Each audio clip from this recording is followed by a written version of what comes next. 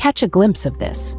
What if the fabric of our society, the laws and systems we live by, were inherently biased?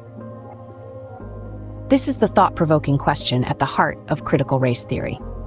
Critical race theory, or CRT for short, is a complex concept, but it can be broken down into digestible pieces. Originating from legal scholarship in the 70s, it's an intellectual movement that examines society and culture as they intersect with race, law, and power.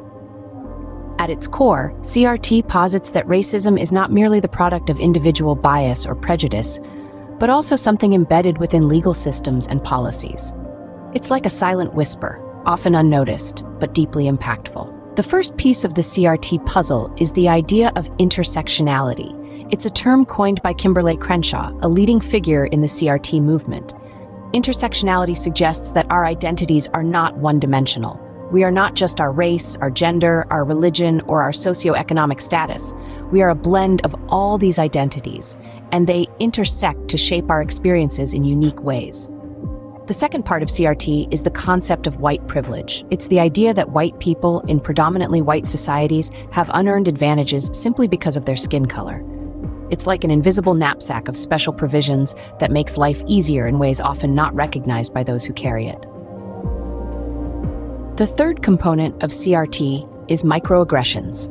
These are subtle, often unintentional slights that communicate hostile or negative messages to people of color. They are like tiny cuts, barely visible to the eye, but they can cause deep wounds over time. The fourth and final piece is the idea of colorblindness. This is the belief that treating everyone the same, regardless of their race, will result in equality. CRT challenges this notion, arguing that colorblind policies often ignore the racial disparities that exist and perpetuate systemic racism. In the brief span of this video, we've journeyed through the complex landscape of critical race theory. We've explored its key concepts: intersectionality, white privilege, microaggressions, and colorblindness. We've seen how C argues that racism is not just about individual acts of discrimination, but also about systemic structures that perpetuate racial disparities. CRT is not a magic bullet to solve racial inequality, but it offers a lens through which we can examine and understand the world around us. It encourages us to question, to dig deeper, and to challenge the status quo. It's a call to action, a plea for awareness, and a demand for justice.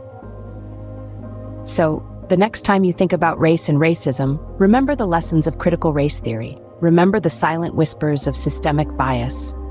Remember the intersections that make up our identities. Remember the invisible knapsack of white privilege.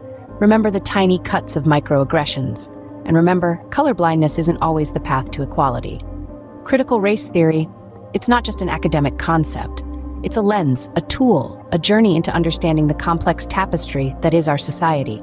It's a challenge, an invitation, a call to action. Will you answer?